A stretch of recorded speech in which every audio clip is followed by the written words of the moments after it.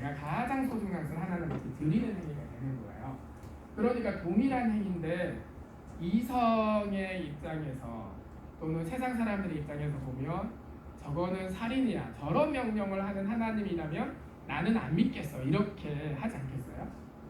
그런데 신앙인의 관점에서 또 그 명령이 계속 하나님과 관계 속에서 하나님이 어떻게 일하시는지를 알기 때문에 그 지시하신 명령이 나에게 납득은 되진 않지만 하나님이 명령하신 것이고 나는 그것에 순종하고 그리고 순종한 거에 대해서 책임도 지고 그렇게 이제 나갔을 거예요. 자, 그래서 믿음은 되게 길이 좁은 부분입니다. 실은 제가 마스크를 쓸까 말까 굉장히 고민했거든요. 근데 부장선생님이 계속 마스크를 쓰고 계시더라고요. 부장선생님이 왜 마스크를 쓰셨을까? 아마 이렇게 설교자가 이 마스크를 온전히 쓸 수 있도록 배려하신 건가? 그렇게 저는 생각을 해요.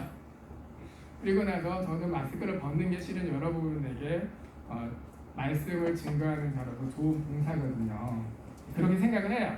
그런데 제가 일하는 부서에 저희 저 나이와 같은 선생님이 계세요. 근데 그 선생님은 코로나 이후로 교회를 계속 안 가고 있어. 온라인으로 예배를 해요. 왜냐하면 혹시라도 내가 코로나 교회 가서 옮겨오진 않을까? 그런 염려 때문에 안 가는 거예요. 그래서 세상 사람이 봤을 때 또는 이성이라는 그 관점으로 딱 보면 남에게 피해를 주지 않으려고 하는 너무 좋은 태도다, 이렇게 평가를 할 수 있겠죠. 그러니까 신앙생활을 하더라도 다른 사람에게 피해 주지 않고 다른 사람에게 도움이 될 만한 방식으로 모임을 이렇게 갖지 않고 온라인으로만 예배를 하면 코로나가 이런 어떤 소모임을 통해 가지고 전파되지 않지 않겠어요? 근데 최근에 이제 개척교회 목사님들이 마스크 안 쓰고 마이크 공유하고 같이 기도하고 같이 찬양하면서 문제가 생겼잖아요. 그러니까 이런 부분들은 세상 사람들에게 해를 끼치지 않는 방식으로 우리가 신앙생활하면 얼마나 좋나.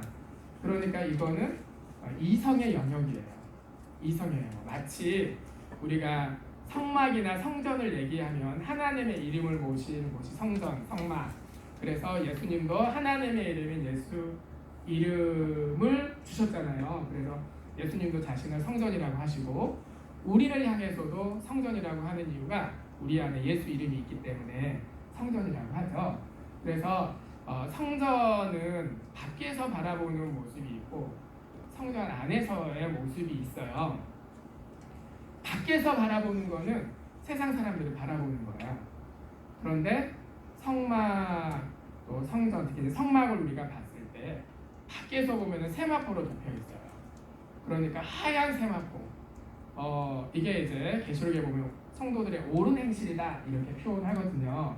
그러니까 그 부분은 하나님께서 허락하신 부분이고 또 세상 사람들을 위해서 특히 우리가 실족거리를 주지 않기 위해서 우리에게 필요한 부분이거든요. 그런데 그것이 우리를 구원해 주진 않아요. 그것이 갖는 한계가 있는 것이죠.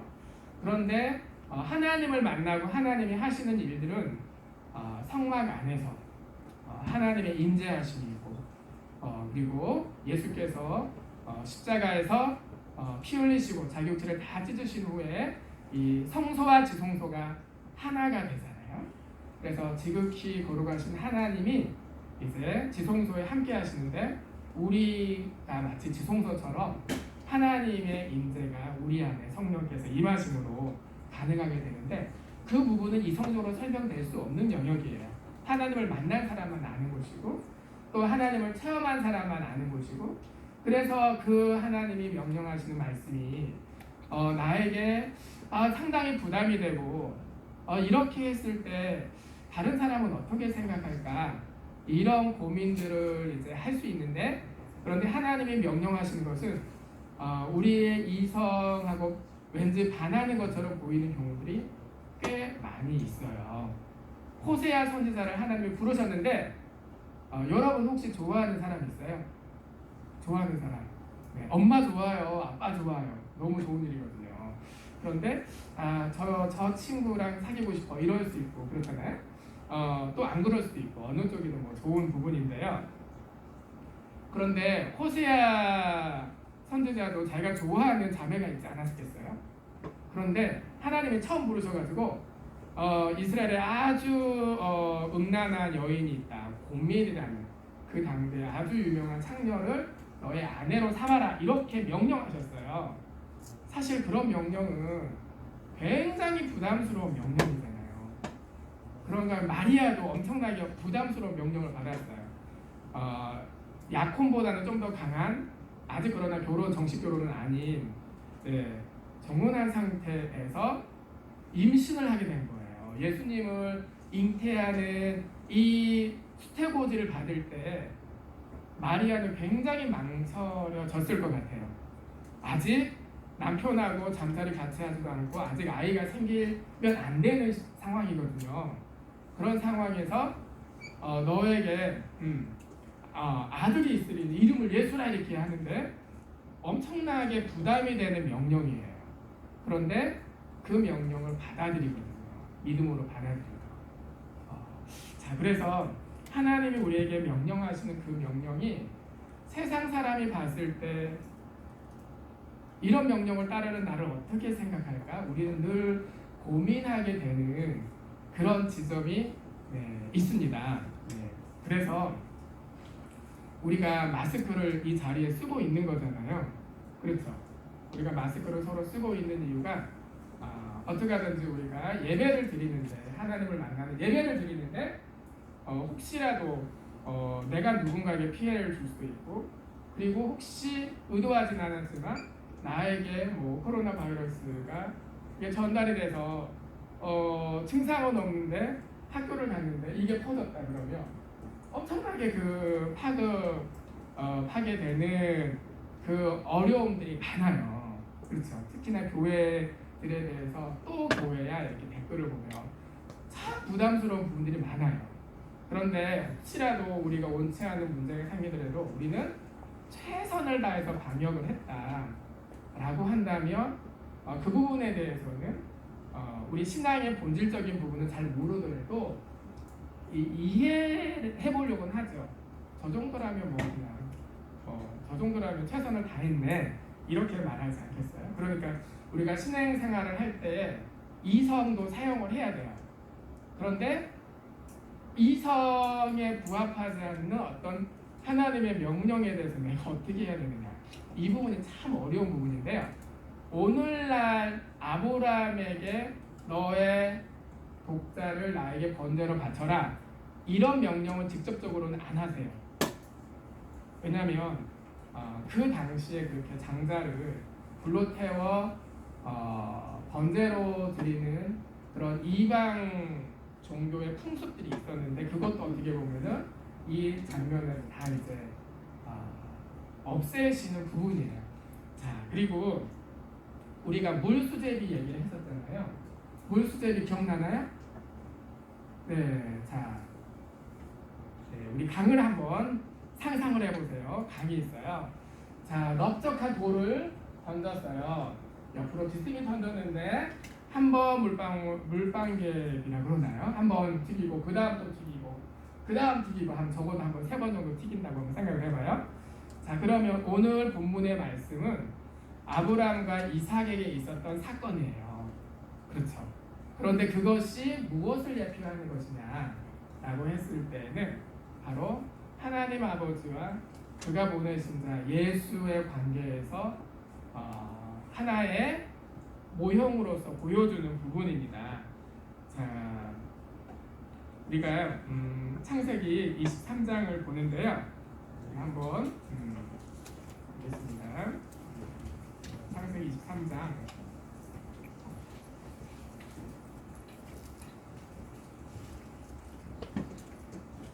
10절부터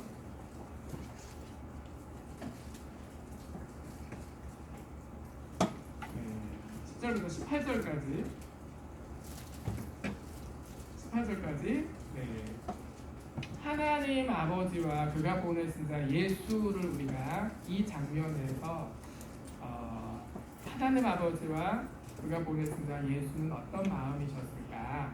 한번 생각해 보면서 읽겠습니다. 10절부터 시작. 손을 내밀어 칼을 잡고 창세기 22장 10절. 네. 창세기 22장 10절 같이 읽겠습니다. 시작. 손을 내밀어 칼을 잡고 그 아들을 잡으려 하더니 여호와의 사자가 하늘에서부터 그를 불러 가라사대 아브라함아 아브라함아 하시는지라 아브라함이 가로되 내가 여기 있나이다 하매 사자가 가라사대 그 아이에게 내 손을 대지 말라 아무 일도 그에게 하지 말라 내가 내 아들 내 독자라도 그에게 아끼지 아니하였으니 내가 이제야 내가 하나님을 경외하는 줄 아노라. 아브라함이 눈을 들어 살펴본즉 한 수양이 뒤에 있는데 뿔이 수풀에 걸렸는지라 아브라함이 가서 그 수양을 가져다가 아들을 대신하여 번제를 드렸더라. 아브라함이 그 땅 이름을 여호와이리라 하였으므로 오늘까지 사람들이 이르기를 여호와의 신에게 산에서 준비되리라 하더라. 여호와의 사자가 하늘에서부터 두 번째 아브라함을 불러 가라사대 여호와께서 이르시기를 내가 나를 가르쳐 맹세하노니 내가 이같이 행하여 내 아들 내 독자를 아끼지 아니하였으므 내가 내게 큰 복을 주고 내 씨로 크게 성하여 하늘의 별과 같고 바닷가의 모래와 같게 하리니 내 씨가 그 되는 영을 얻으리라. 또 내 씨로 말미암아 천하 만민이 복을 얻으리니 이는 내가 나의 말을 준행하였습니다 하셨다니라. 역시 마스크를 쓰니까요 글자가 잘 안 읽혀요.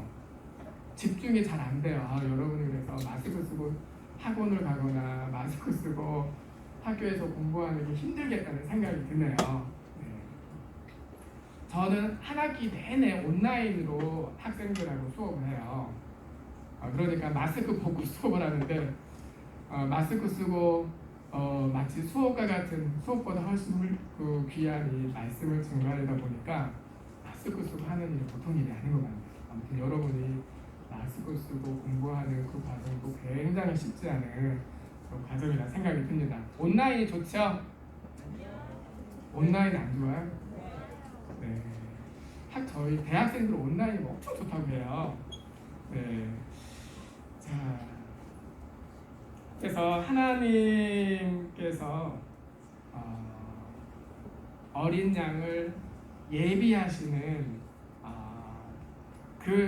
사건이 나오죠.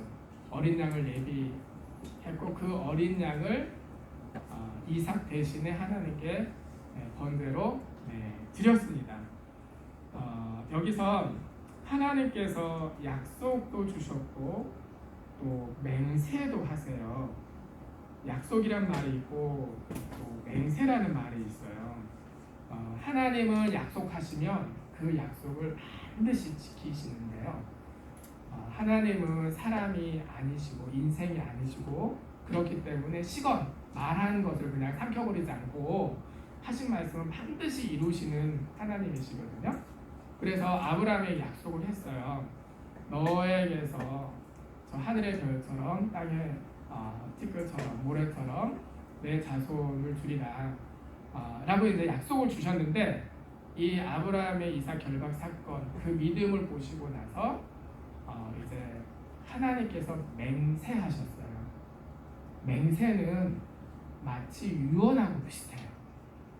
사람이 죽기 전에 부모님이 너는 예수를 믿어라 나의 마지막 소원이다 이렇게 유언을 남기시는 부모님이 있다면 웬만한 자녀들은 그 유언을 따르거든요. 그러면 하나님이 유언하신 거예요. 이 맹세라는 하나님이 맹세하신 거는 하나님이 유언하시는 거예요. 유언하려면 사람이 죽어야 되는데 하나님이 어떻게 죽을 수가 있어요? 하나님이 아버지께서 아들을 보내시고 이 모리아 산과 같은 이제 갈보리산 위에서 예수께서 피를 흘리시고 죽음을 맛보시잖아요. 그러니까 몸을 입고 오셨어요. 그렇기 때문에 하나님이 죽으신다는 건 이성적으로 불가능한 일이에요. 하나님이 인간으로 오셔서 이것 자체가 사실은 이성으로 설명이 안 되는 부분이고 그리고 그가 죽으셔서 어떻게 하나님이 죽으실 수가 있는데 그런데 이 맹세, 유언과 같은 이 맹세는 이 유언하는 자가 죽어야 되기 때문에 그래서 죽음을 맛보시는 거예요. 히브리서의 이에 대한 설명이 아주 자세하게 나와 있습니다. 그래서 아브라함의 이 이삭 결박 사건을 바울도 로마서 4장에서 얘기해요. 그리고 히브리서 기자도 또 얘기해요. 아브라함을 믿은 하나님은 어떤 하나님이셨냐? 아브라함이 믿은 하나님은 죽은 자를 산 자로 부르시고 없는 것을 있는 것으로 부르시는 하나님이시다. 로마서 4장 17절에 바울은 아브라함의 믿은 하나님을 그렇게 표현하고 있습니다. 히브리서 6장에는 하나님은 거짓말하실 수 없는 두 가지가 있는데 그 두 가지가 뭐냐면 약속한 것은 반드시 지키신다. 그런데 약속한 것보다 훨씬 더 강력한 것은 유언과 같은 것이죠. 그런데 유언과 같은 이 맹세까지 하셨어요. 그래서 아브라함에게 약속하신 것, 맹세하신 것은 반드시 이루어지는 것이죠. 자, 그런데 아브라함의 믿음이 놀라운데요. 창세기 22장 5절을 보면은 아브라함이 이제 3일길을 다 와서 모리아산에 이제 올라가기 직전에 5절에 보면 사환에게 이르거든요. 너희는 나귀와 함께 여기서 기다리라. 내가 아이와 함께 저기 가서 경배하고 너희에게로 돌아오리라. 여기서 퀴즈입니다. 네, 경배하다, 돌아온다의 주어는 뭘까요? 굉장히 쉽지만 어려운 질문입니다. 경배하는 주어, 돌아온다는 주어는 뭘까요? 아브라함이 지금 사안에게 얘기하고 있는 거잖아요. 나인가요? 아니면 나와 함께 아이가 주어인가요? 나와 함께 아이. 예. 맞아요. 영어 성경에는 그렇게 나와 있어요. 영어 성경을 나중에 찾아보세요. We will worship and then we will come back to you 이렇게 나와 있어요. 그러니까 우리가 하나님께 예배하고 그리고 사환이 너희들에게로 우리가 돌아오겠다. 그러니까 아브라함은 지금 독자 이삭을 번제로 죽여야 되는 상황이거든요. 그런데 그렇게 번제로 하나님께 예배를 드리는 그 길을 걸어갈 때에 우리가 하나님께 예배하고 우리가 너에게로 다시 돌아오겠다. 그러니까 아브라함이 믿은 하나님은 죽은 자를 산 자로 부르시는 하나님이라고 생각을 한 거예요. 그러니까 불가능한 상황에서 아이를 주셨잖아요. 생물학적으로 불가능한 상황에서 아이를 주셨고, 그런데 그 주신 하나님께서 아이를 다시 취하시면 또 다시 살리실 수 있을 걸로 아브라함은 믿었어요. 그러니까 아브라함에게 있어서는 하나님의 이 명령과 그 명령을 순종하는 자신의 믿음이 딱 일치가 된 거예요. 그래서 하나님이 일하셨는데요. 우리가 정리하겠습니다. 하나님이 언제 우리를 사랑하셨느냐? 하나님이 우리를 사랑하신 것을 로마서 5장에 바울이 그렇게 소개를 합니다. 우리가 하나님과 원수 되었을 때, 또 우리가 경건하지 못했을 때에, 또 우리가 연약했을 때, 우리가 죄인 되었을 때, 그때 하나님께서 그 아들을 죽음에 내어주심으로 우리를 향하신 그 사랑을 확증하셨다, 이렇게 말씀을 하고 있습니다. 그러니까 아브라함의 이삭 결박 사건은 아브라함의 믿음과 이삭의 순종을 1차적으로 보여주지만 그것은 마치 하나의 그림자와 같은데, 하나님께서 우리를 사랑하시는 그 사랑을 아들을 죽음에 내어주심으로 우리에게 확증하신 거예요. 그리고 이제 우리에게 이제 다시 명하시는 거죠. 우리에게 무엇을 명하실까요? 아브라함에게 명령하신 그 동일한 내용의 명령은 우리에게 주어지진 않을 거예요. 그러나 지금 이 장면은 예배하는 장면이에요. 예배라는 이 장면의 표현인 거죠. 그래서 예배는 하나님의 얼굴을 뵙는데 우리가 믿음을 가지고 가야 돼요. 무슨 믿음을 가지고 가야 되냐면 아브라함과 같은 믿음을 가지고 가야 된다는 거죠. 그러니까 독자보다 귀한 것을 하나님께 바치는 그런 모습으로. 실은 그런데 하나님은 하나님 자신과 사실은 하나님 자신이긴 셈이죠. 하나님 아들을 죽음에 내어 주셨어요. 그러니까 지극히 높으신 하나님께서 지극히 낮은 곳에 오셔서 대신 죽으셨고, 마치 그런데 우리는 그와 같은 것을 드려야 되는데 우리에게 가장 소중한 것 무엇인가요? 여러분에게 가장 소중한 건 무엇인가요? 돈인가요? 돈이 2순위였으면 좋겠어요. 혹시 여러분 중에 공부를 좋아하는 학생 있나요? 설마 그런 학생 없겠죠? 공부가 제일 좋아. 나는 공부를 위해서라면 예배 안 드릴 수도 있어. 이런 학생 혹시 있나요? 그런 학생이 있으면 아마 안 왔을 것 같아요. 네, 그래요. 공부도 2순위였으면 좋겠어요. 혹은 저 친구 너무 좋아. 그래서 부모님이 못 사귀게 해도 나는 사귈 거야. 계속 말씀하시면 집 나가버릴 거야. 이런 사람이 혹시 있나요? 그런 친구 없겠죠? 네, 나이가 많아지면 좀 더 나이가 들면 그럴 경우들이 생길 수 있습니다. 자, 그러니까 내가 사귀는 그 사람이 나에게 1순위가 될 수 있어요. 그런 경우에도 2순위가 돼야 돼요. 그러니까 사람들마다 자기가 1순위라고 생각하는 것들이 있잖아요. 그 1순위가 될 만한 것들은 내려놓는 것이 마치 아브라함이 독자 이삭을 하나님 앞에 바치는 것과 같은 것이죠. 우리가 예리할 때 하나님을 만날 때 어떤 모습으로 올 것인가? 하나님은 자신의 아들을 죽음에 내어주셨고 그리고 우리를 만나러 오셨어요. 우리의 모든 죄를 대신 짊어지신 거잖아요. 이삭이 이게 짊어졌던 것은 나무 불태우는 나뭇가지를 짊어졌지만 예수께서 짊어지시는 이 십자가도 나무긴 하죠. 그런데 우리 죄를 대신 다 짊어지신 거예요.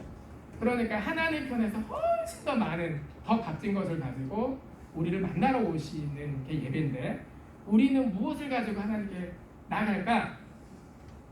독자보다 귀한 것으로 마치 아브라함이 이삭을 하나님께 드린 것처럼 이삭을 포기한 것처럼 내가 1순위로 생각하는 것 학생들마다 다 다를 수 있는데 그것을 내려놓고 그걸 없애라고 하는 게 아니에요. 2순위 정도로 나도 괜찮다.